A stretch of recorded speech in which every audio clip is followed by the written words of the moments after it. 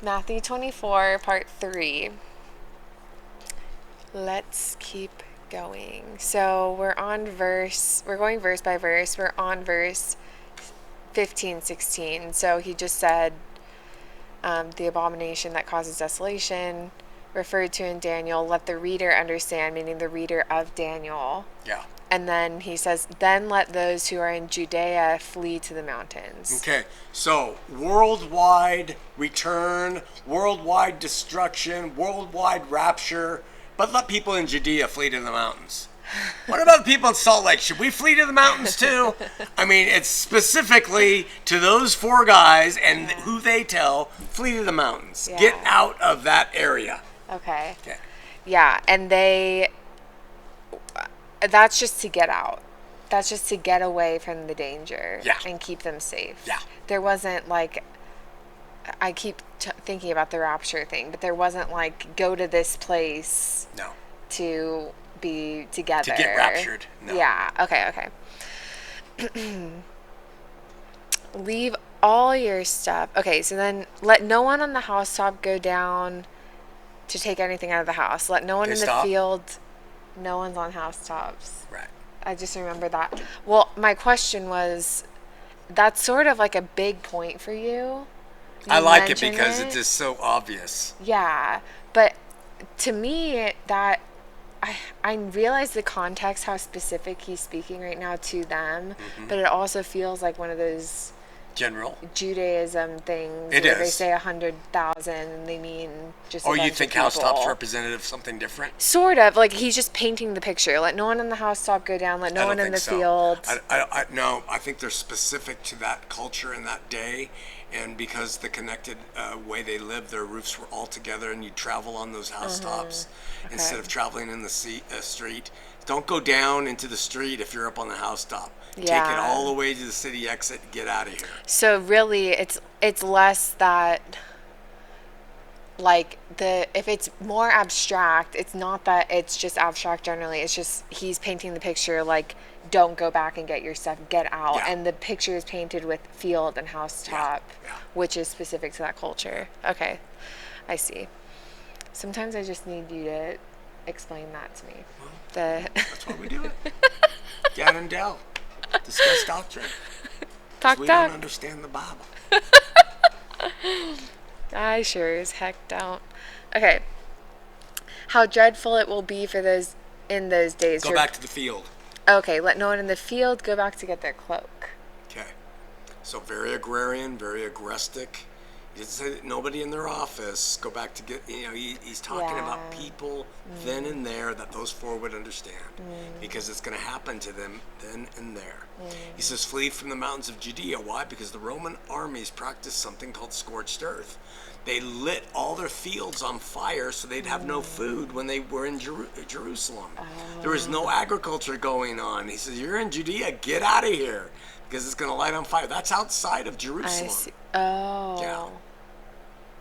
I thought they were the same thing. No. Is that stupid? No. Yeah, so he's, like, that was a really specific warning in Judea. Very specific. Oh. Yeah. Flee to the, because Judea specifically is going to get. Yeah, because the Jews, that was their land, were trying to overtake the Roman government. So, like, you're going to mess with us? We'll scorch your, and we'll pollute your rivers, and we'll wreck everything that you've ever had, and you won't even eat from this place. And do you think, maybe to zoom out for a second, the disciples, apostles that he's talking to here, probably didn't know what he was referring to by that, right? They don't know what he's referring to, I don't think, but they do know he means what he's saying. Right. Yeah. Okay. So they and sorry, but when was Matthew written? Like, could it? Okay, and here's the thing. Yeah. A lot of scholars will say these weren't written until 90 AD. Okay, the destruction was 70 AD. Yeah. Okay, so that would ruin. Okay, but I believe, and the only book that's suspect on this belief truly is Revelation. Okay. But I think all of them were written somewhere like, 40, 50, 60, 65 AD. Okay, in the middle, but like it's in the middle of all of this stuff happening. Yeah. If it's before 70 AD, which is to say, is there a theory that they're like getting really specific on what Jesus said based on what was happening? You could suggest that. You could say that, hey, look at there's wars and rumors of wars, and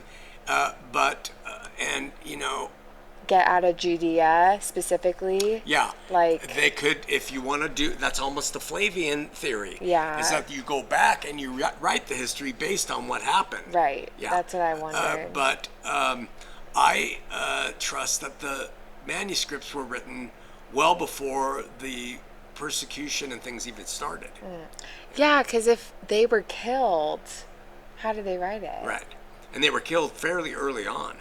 Wait, then how do people say they were written in 90 I don't know.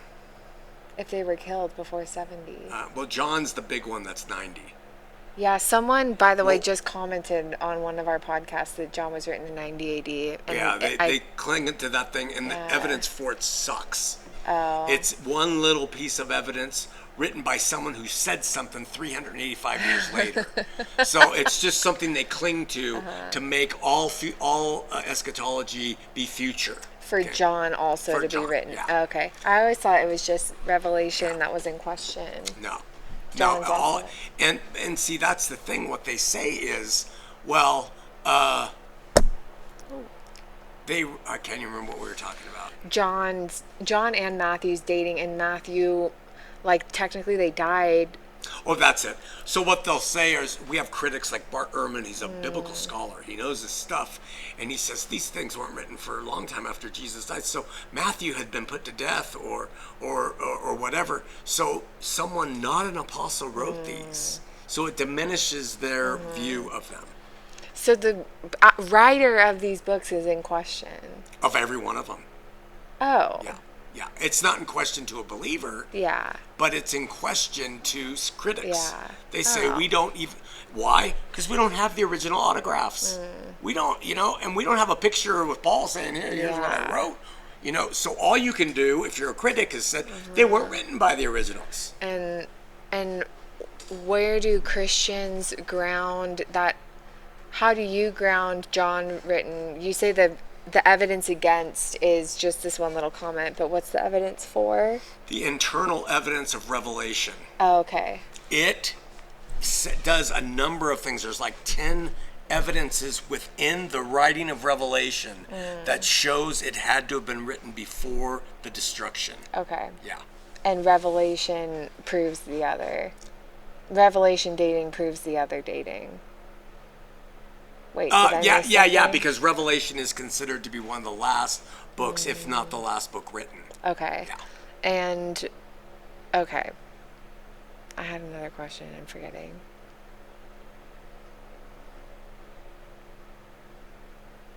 I did not know this was all in question. Everything's in question. The writer, I guess that's true. I mean, like, seriously in question by people. But the internal evidences, like the autographs, meaning the way they wrote, the Greek words they used, the syntax of their sentences, is consistent with the writers. And then the next witness of it is the manuscript particles that we have. We don't have full pages, but we have pieces and artifacts of sentences and paragraphs and such that respond back to the original autographs.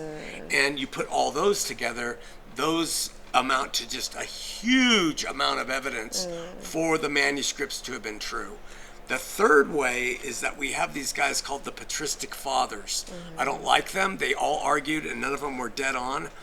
But Christians hold them up as a source of authority. They came after the apostles died. All right? And they all wrote personal, and we do have their autographs. And they, if you take like a scholar from one of them, like Faria, one of them, I don't remember their names, and you take all of their writings, you can put together like the whole New Testament from their citations. Okay. Yeah. So that's another evidence. And we have those. Yeah, we have those. But we don't have the manuscripts of Matthew or... No. And I'm realizing right now, I don't know how it came about. Like, there was a moment where King James collected stuff and made it into a Bible. Yeah. But what did he collect if we don't have the manuscripts? Well, here's the problem with the original manuscripts, is that the practice was we write, and then as years go by, because it wasn't like really sturdy paper that we would get today. Yeah. When that started to deteriorate, they would write another one with scribes testing it, and then they throw away the old one. Okay. Because the old one was defective now. Okay. And they'd make sure the next one. So what they had were writings. King James could gather the writings. Okay. But they're not Still not the first one. not the first ones. But like that's It's quite pretty substantive. trustworthy. Yeah. Pretty trustworthy. Now, were some of those manuscripts messed with? They were. I bet. So when Christians say, "Oh, no, it's perfect. It's word perfect," especially when they hold up their Bible today and say, "This is word perfect," you can say nothing but you're crazy. Okay, but as supported by different new manuscripts found over the years, it shows they're pretty darn close. Okay, and then my question, or my head goes to, like, what in the people, the scribes before the Bible was made the Bible, that were redoing what you just described, were they under the impression that Jesus had already returned? Or, like, was there any, in the same way that you've talked about, like, the Jews having tampered with the name of God or something, like, would they have inserted some of these details, like Judea specific? They certainly inserted the Trinity. They inserted the Trinity. But, yeah, so that's, I guess, my question is, like, were the majority of these people trying to carry it forward as if he hadn't returned yet? Yeah, because there were only a few early church fathers who believed that Jerusalem's destruction was a sign of him having returned. Only a few of the early church fathers. There were some. There were some. Yeah. The rest of them wanted to continue to play church. Okay. And they wanted, and you'd say, well, why didn't they know? Because everybody who was a real believer was taken. Right. Okay? And only those who were looking for it were taken. And only they knew they were taken, and they were a handful, like a couple thousand or 144,000. That's nothing compared. So there's also the teaching by the early patristic fathers that all the Christians left Jerusalem and Judea and went to a place called Pella. Oh. And they restarted the church there. But that's a created story. Okay. Okay? It's just known by these patristic fathers who said all the Christians left and they went to Pella. And not one Christian perished when Jerusalem was destroyed. So we have these stories that go on that can be validated and verified by different people, but they're validated and verified by prejudice. And so this is one of the main questions people have about, well, who was around to see that Christ came back? Right. Nope, only those who were there to look for him, Hebrews says. Yeah. But there was a void of people that had to be described by going to Pella. There was a noticeable void of believers at some point that made the patristic fathers make up a story about them going to Pella. There must have been a void, or there was no other way to explain it and say that God protected his bride. Because if that void existed, and the only other explanation, if it wasn't that Christ took them and it wasn't that they went to Pella, was they died at Jerusalem. Oh, that was another option. Yeah, they died. Yeah, they died. Well, to a Christian, that's not viable. A bunch of people were dying. Yeah. Okay, so and Christ said he'd protect his bride. I see. Yeah. So people, like, disappearing into the void of raptured people was not well observed because so many people were dying in like the distress. Even Paul's day, yeah. Okay. Okay, also, just to let you know, you see the Jesus fish on the back of cars? Well, apparently that came from it being very dangerous to admit you were a Christian during these tumultuous times. So you take your foot and you'd make that half circle, and someone else would make the half circle, and that would say, I'm a believer, and you could talk with them. But with the faith going underground, because everyone's persecuting them, no one knew who was a Christian in Jerusalem and the surrounding area when they were in Rome and they were becoming the patristic fathers. They didn't know who the believers were then. Okay. You get it? Yeah. And then the final thing on this point, Delaney, is, sorry, this chair. It's okay. The Christians who promote the rapture's coming today, in their fiction, in their books that they sell, they say things like, and when it happens, the world isn't going to care. They're going to say they just ran off to some revival in the desert. Let's just take their cars and houses. That's how they explain how nobody will really know that the Christians are taken. So if that could happen in this day and age, what could happen in an agrarian age with no telecommunications and God taking his elect up? For sure. Easy. Okay, my only question left is, you said there were some of the early church fathers that did believe the destruction. I have their quotes. You have their quotes, and they had to have been after that time because they were believers that weren't taken. Right. You're saying they're like long after, or like long enough after. Yeah. Now, here's the big question, which is really hard for people to accept. Who was left behind that wasn't taken in the bride? I mean, he came and he said, I'm coming back to take my bride. So if you were left behind, then there was something about you that didn't qualify. And they don't like to hear that. Yeah.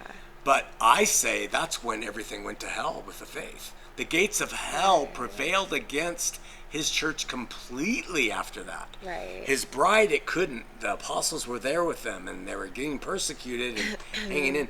But once he took his bride, the guys who were left were faulty.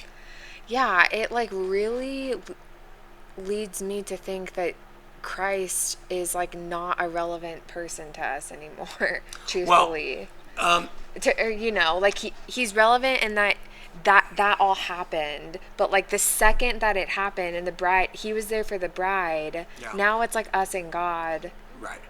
Like and if you we can find support him. that with scripture, because the scripture says Jesus was at his right hand until.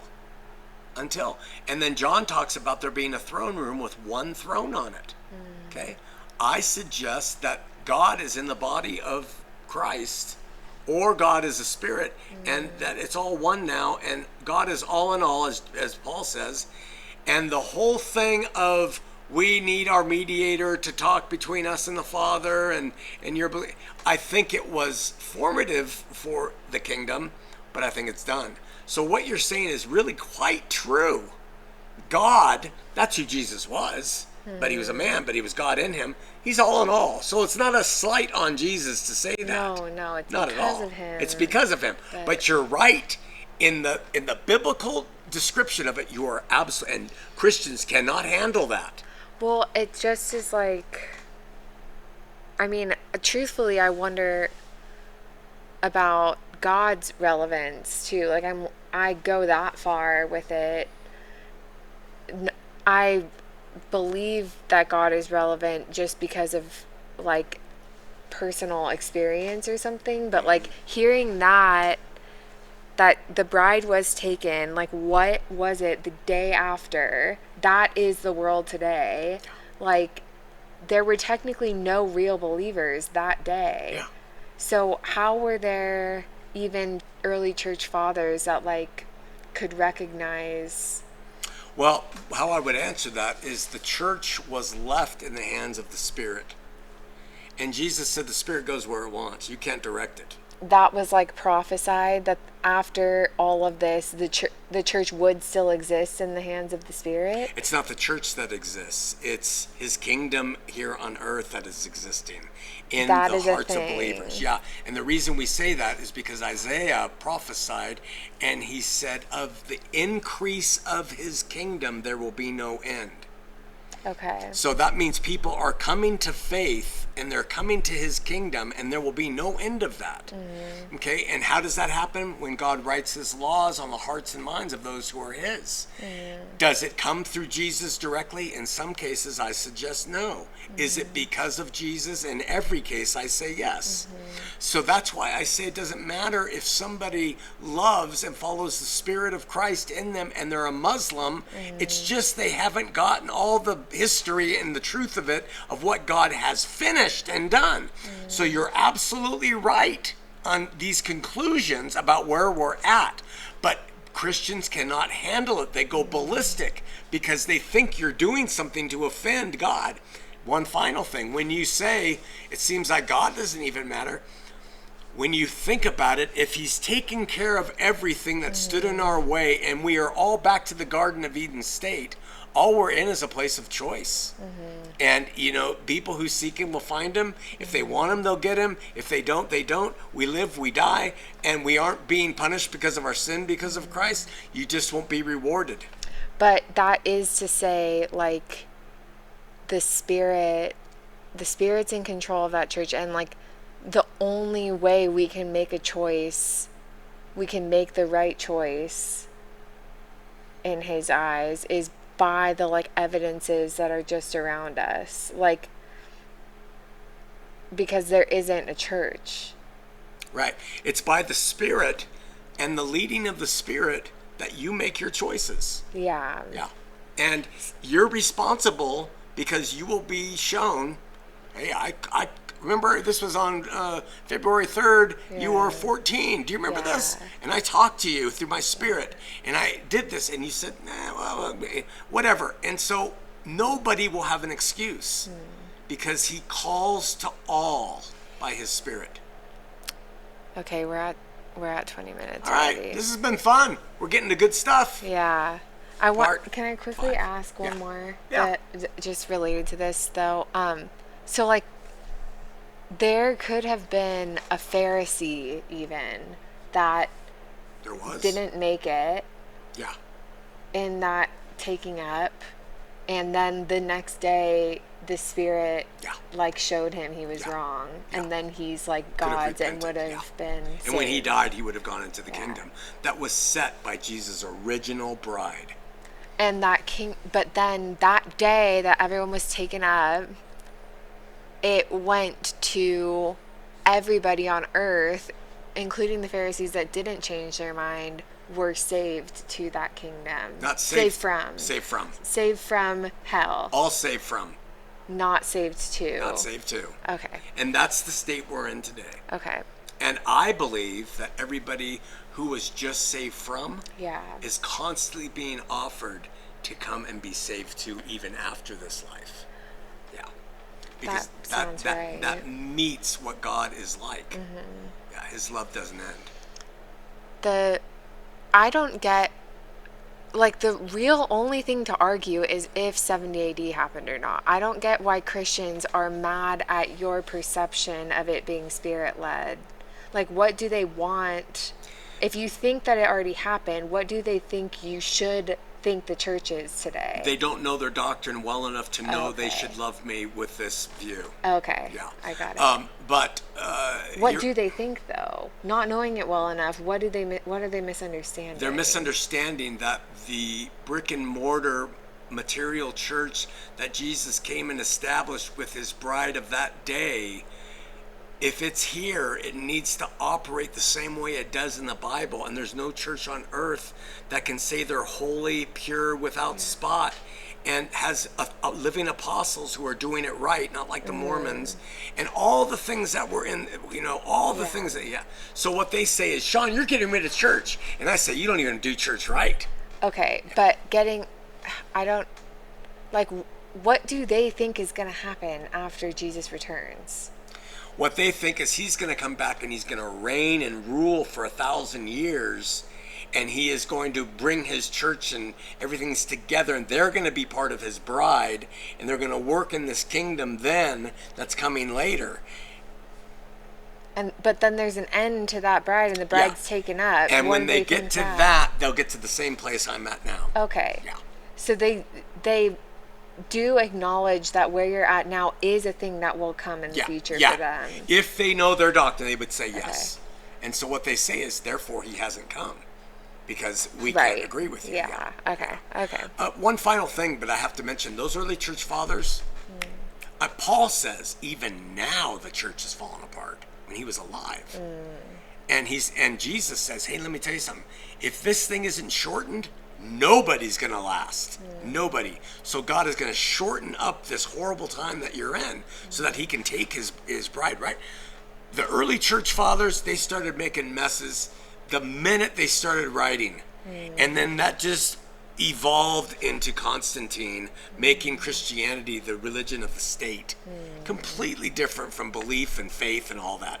And from there we go Roman Catholicism and the whole shebang. And you have a good, obviously you have a really good understanding of that lineage of faulty I want to know more as about hell. that. Yeah. I want to are there like lots of records of people in 71 AD? No. That's the no big one like complaint. wrote about. Yeah, because who would write if the writers were taken?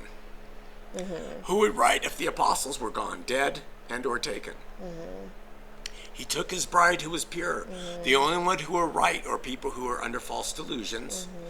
And then if they become more in power than the ones who are converted right on 70 AD plus 1, and those people start to write the truth, they'll get quelched by the ones who want to continue on this New Testament model, right? So even if people on 70 AD plus 1 day, they come and they say, I've been converted, the Spirit moves me, the authorities will say no. And that's what we have watched ever since. The seekers and the truth speakers speak it, but they get crushed by the weight of what men want to do. I still am not understanding how everyone, including people who don't think 70 AD happened right now, they think that John was killed. John wrote Revelation. They think he was killed for his testament of Jesus. No, he's the only one who was not, from what we know, killed. They tried to kill him and boil him in oil, but he didn't die. And so he was the only one who apparently did not get martyred. Okay.